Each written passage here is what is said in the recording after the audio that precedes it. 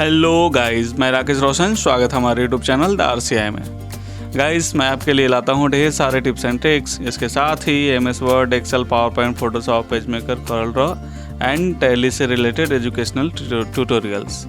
तो यदि अब तक आपने हमारे चैनल को सब्सक्राइब नहीं किया है तो जल्दी से सब्सक्राइब कर ले और बेल आइकन को दबा ले, जिससे कि आपको मेरे आने वाले और भी वीडियो की नोटिफिकेशन मिले आपको सबसे पहले।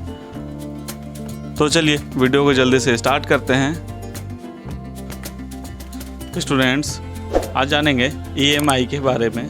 EMI means equated monthly instalment. इसका मतलब होता है मासिक किस्त, यानी कि जो भी हम वस्तु को खरीद रहे होते हैं उसे मूलधन और ब्याज के साथ में चुकाया जाना, जिसके लिए एक होती है समय सीमा, जिसको नंबर ऑफ इंस्टॉलमेंट या नंबर ऑफ पीरियड भी हम लोग बोलते हैं।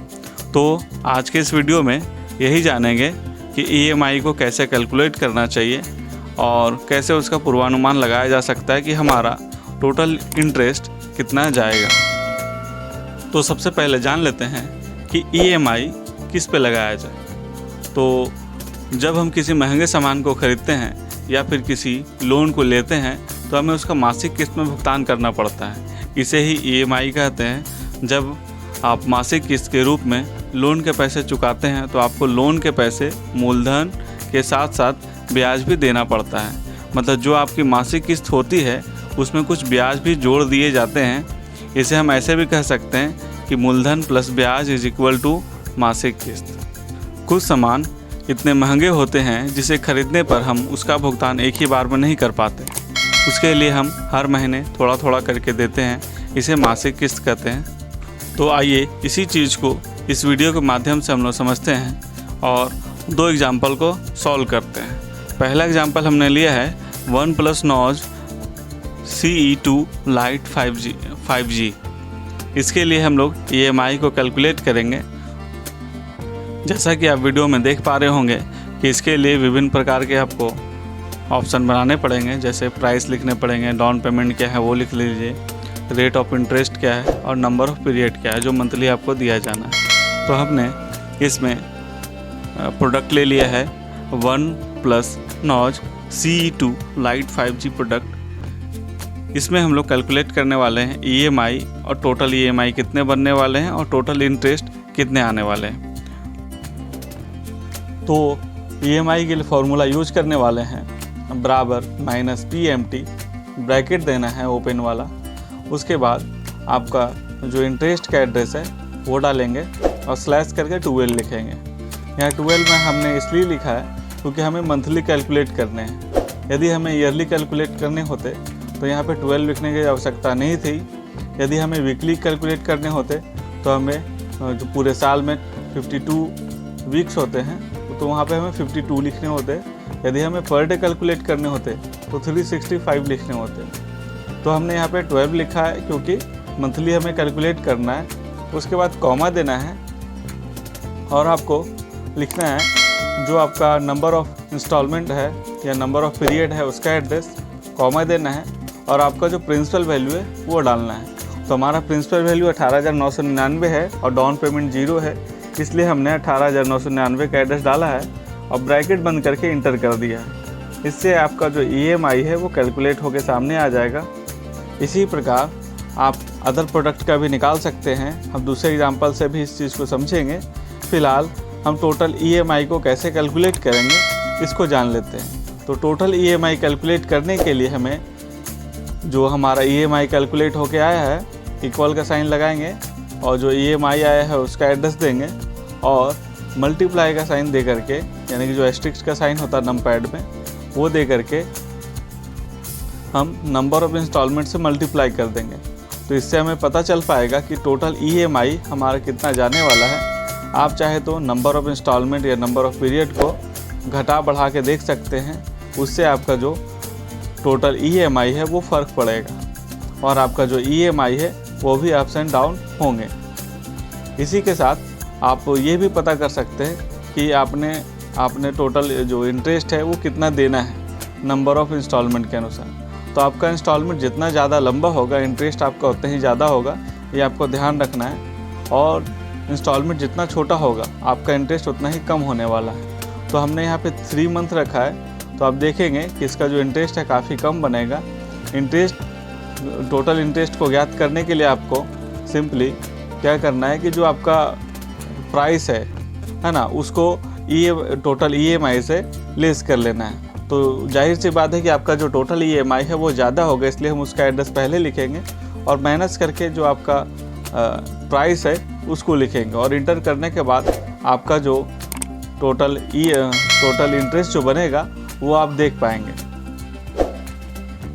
तो इसी प्रकार हम दूसरे एग्जांपल अपाची RTR 160 का लेते हैं। इसका हमने प्राइस भी लिखा है, डाउन पेमेंट भी लिखा है। तो हम यहाँ पे जो अंतिम में हम लोग यूज़ करते थे फार्मूला में बराबर माइनस वाले में, उसमें कुछ चेंजेस करने वाले हैं। तो यहाँ पे चेंजेस क्या करना है, आपको फार्मूला वही लिखना है बराबर माइनस PMT, फिर से ब्रैकेट देना है, फिर से आपको नंबर ऑफ जो इंटरेस्ट हैं उसके एड्रेस दे करके स्लाइस करके आपको 12 टाइप करने हैं। इसके बाद कॉमा देना है और जो आपका नंबर ऑफ पीरियड था उसका एड्रेस देना है, फिर से कॉमा।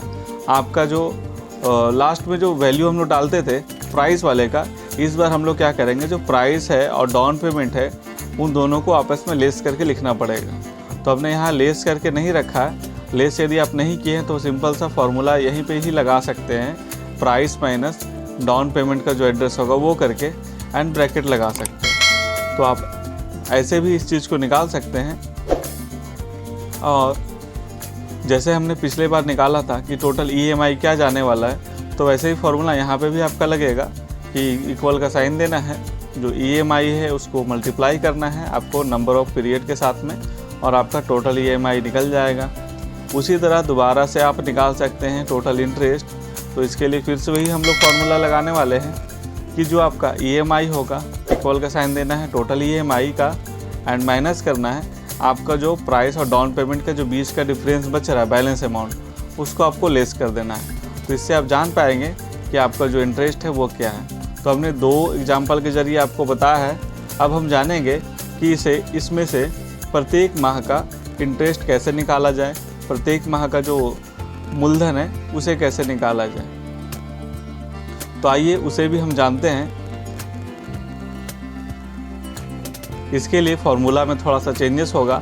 ऐसे हम लोग वहाँ पे बराबर माइनस PMT लिखते थे, यहाँ पे इंटरेस्ट के लिए बराबर माइनस IPMT लिखेंगे और ब्रैकेट देंगे। यहाँ पे हमें पीरियड की भी आवश्यकता होगी, कौन से महीने का जानना है, तो इसलिए हमने यहाँ पे पीरियड का भी कॉलम बना रखा है 1 2 3 करके, है ना। इसी प्रकार जितने महीने के रहेंगे उतना आपको पीरियड का नंबर लिखना पड़ेगा। तो हम यहाँ पे हमने 1 लिखा है, 2 लिखा है, 3 लिखा है, तो बारी बारी से इसको जानेंगे। लिखेंगे फॉर्मूला बराबर माइनस IPMT ब्रैकेट, फिर से इंटरेस्ट का जो एड्रेस होगा वो स्लाइस करके आपको 12 लिखना है, फिर कॉमा देना है। उस समय हम लोग लिखते थे नंबर ऑफ पीरियड के एड्रेस, यहाँ पे हम लोग लिखेंगे जो पहला पीरियड है उसका एड्रेस। या तो आप सिंपल 1 रहा तो 1, 2 रहा तो 2, 3 रहा तो 3, इस इंस्टॉलमेंट का यहाँ नंबर डाल सकते हैं टाइप करके, फिर से कॉमा देना है।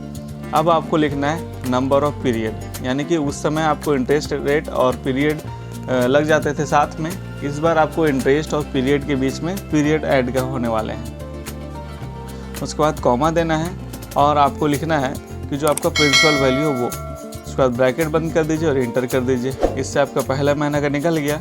उसी प्रकार आपको दूसरा महीना का निकालना है।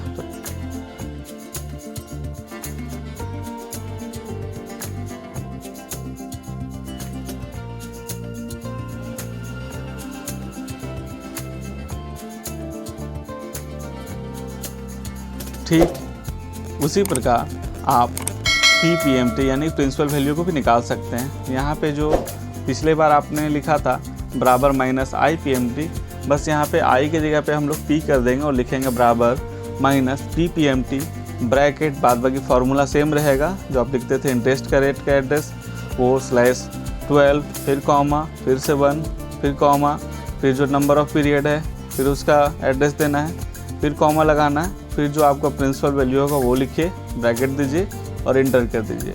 इसी प्रकार आप दूसरे महीने का निकालना है तो उसी तरह फार्मूला को टाइप करना है और आपको लिख देना है। और आप चाहते हैं कि EMI को हम क्रॉस वेरिफिकेशन करके चेक करें कि ये सही है या गलत, तो आप IPMT और PPMT का जो वैल्यू आया है उसको आपस में जोड़ सकते हैं।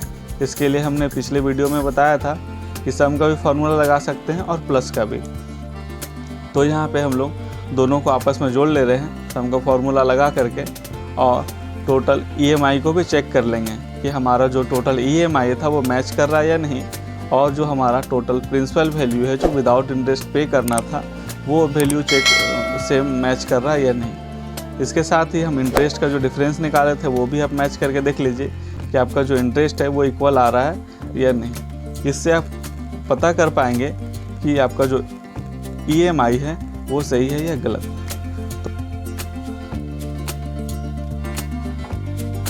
ऊपर जितने भी फार्मूला हमने लगाए हैं वो सभी फार्मूला डिस्क्रिप्शन में हमने डाल दिया है, आप उसे देख सकते हैं और अप्लाई कर सकते हैं। आप इसी तरह किसी और भी एग्जाम्पल को लेकर उसे कैलकुलेट कर सकते हैं।